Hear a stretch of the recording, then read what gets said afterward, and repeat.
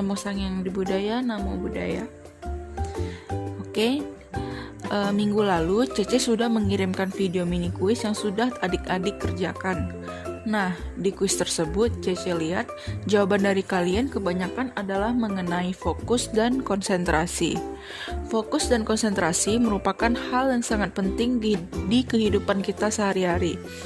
Mulai dari kegiatan belajar, mencuci piring, menyapu, bahkan main game pun semua membutuhkan fokus dan konsentrasi.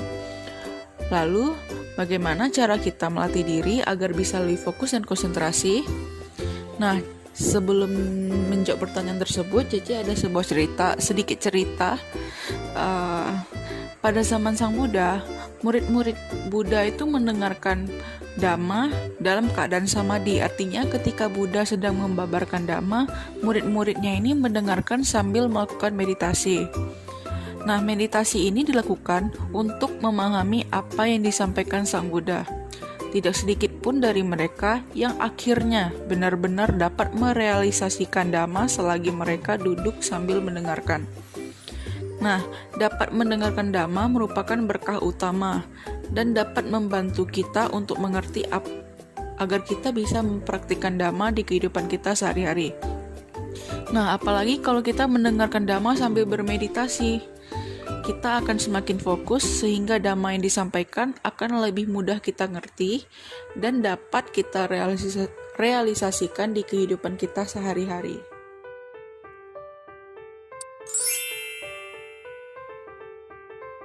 Oke, kita akan masuk ke materi yang pertama, yaitu pengertian bawana dan samadhi. Seperti yang sudah saya sampaikan tadi, meditasi itu sangat penting. Alasannya adalah meditasi itu membuat diri kita menjadi lebih tenang. Kalau batin kita tidak tenang, kacau, tak terkendali, banyak kebimbangan, banyak kegelisahan, nah itu akan menimbulkan banyak sekali masalah. Contohnya ketika adik-adik ujian. Kalau ujiannya kita tidak tenang, kita tidak fokus, kita terlalu gelisah, apakah adik-adik bisa mengerjakan ujian dengan baik? Tentu tidak dong ya. Contohnya lagi ketika adik-adik sedang bermain game.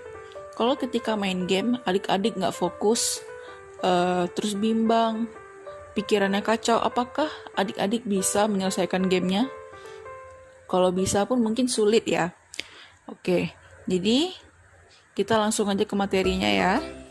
Seperti yang adik-adik lihat, bawana berarti pengembangan, yaitu pengembangan batin dalam melaksanakan pembersihan. Nah, pembersihan yang di sini maksudnya adalah mengubah batin kita yang pertamanya nggak tenang, yang punya banyak masalah, yang kacau, menjadi batin yang lebih tenang. Sedangkan samadhi berarti pemusatan pikiran pada suatu objek. Atau dalam bahasa sederhananya, samadhi itu artinya kita fokus terhadap suatu objek, kita fokus terhadap sesuatu, itu disebut samadhi. Samadhi ini dibagi menjadi dua, yaitu samadhi salah dan samadhi benar. Samadhi salah itu artinya bahasa palinya micca samadhi, sedangkan bahasa pali dari samadhi benar itu adalah sama samadhi. Sama samadhi adalah pemusatan pikiran pada objek yang dapat menghilangkan kekotoran batin. Contohnya, meditasi untuk mendapatkan ketenangan, meditasi yang kita lakukan di wihara, meditasi cinta kasih, dan berbagai meditasi baik lainnya. Kalau meditasi yang salah atau micca samadhi adalah pemusatan pikiran pada objek yang dapat menimbulkan kekotoran batin. Contohnya adalah samadhi yang dilakukan oleh para dukun atau praktik-praktik yang tidak benar.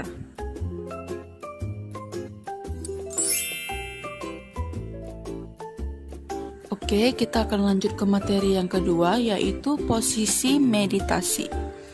Meditasi dapat berhasil dengan baik apabila kita mengetahui cara untuk melakukan meditasi yang baik.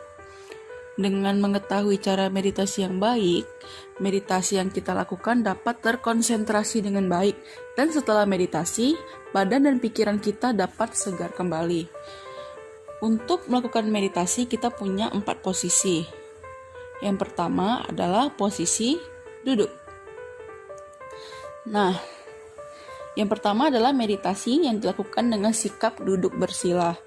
Posisi meditasi ini adalah posisi meditasi yang paling umum dan sering kita lakukan. Posisi duduk dalam melatih meditasi dapat dilakukan dengan bersila dengan bersilang, kakinya bersilang, kakinya bertumpu atau kakinya sejajar, atau kakinya boleh dilipat ke samping. Yang terpenting kakinya nggak kaku, harus kendur dan harus santai atau rileks. Sebaiknya ambillah sikap duduk yang paling enak dan paling mudah. Duduklah dengan santai, jangan bersandar. Punggung harus tegak lurus namun tidak kaku atau tegang. Badan harus lurus dan seimbang. Lehernya tegak lurus, mulutnya dan matanya tertutup. Sikap duduk selama meditasi harus selalu waspada dan berusaha agar tidak lekas mengantuk. Nah, Tite punya satu pertanyaan. Mengapa saat duduk bermeditasi kita tidak boleh bersandar, lalu leher dan punggungnya harus tegak lurus? Nah, posisi ini memang nggak terasa nyaman di awal, namun posisi ini adalah posisi yang paling baik untuk menjaga postur tubuh dan tulang kita agar tidak membungkuk. Oleh karena itu, walau tidak bermeditasi, ketika duduk biasakan untuk meluruskan punggung dan lehernya ya.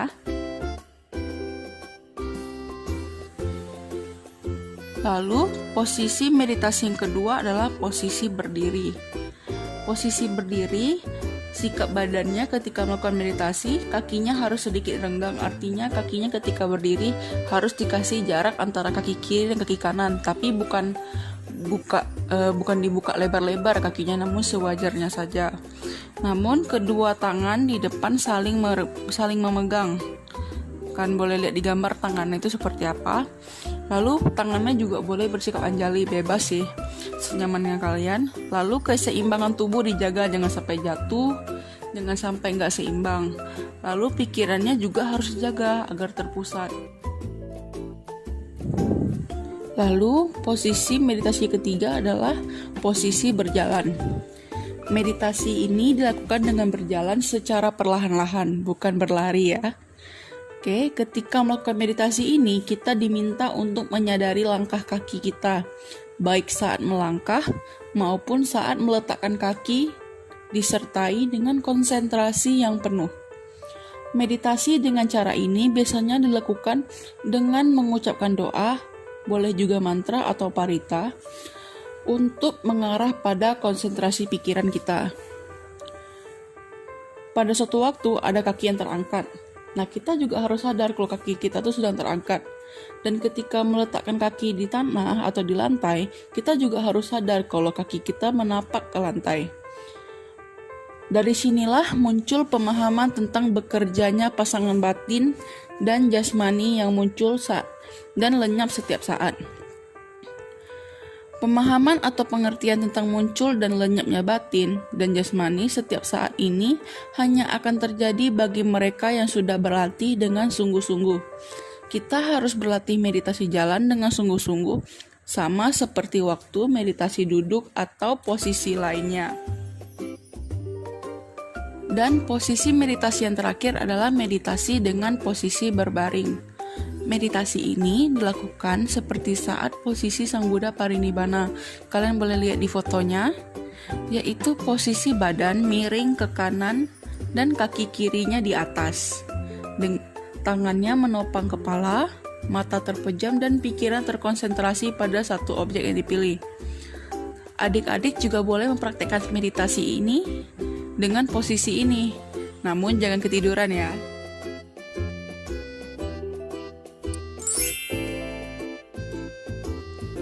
Oke, kita lanjut ke materi ketiga, yaitu manfaat melakukan meditasi. Melakukan meditasi hendaknya kita latih dan kita biasakan semenjak masih kecil atau di usia adik-adik saat ini.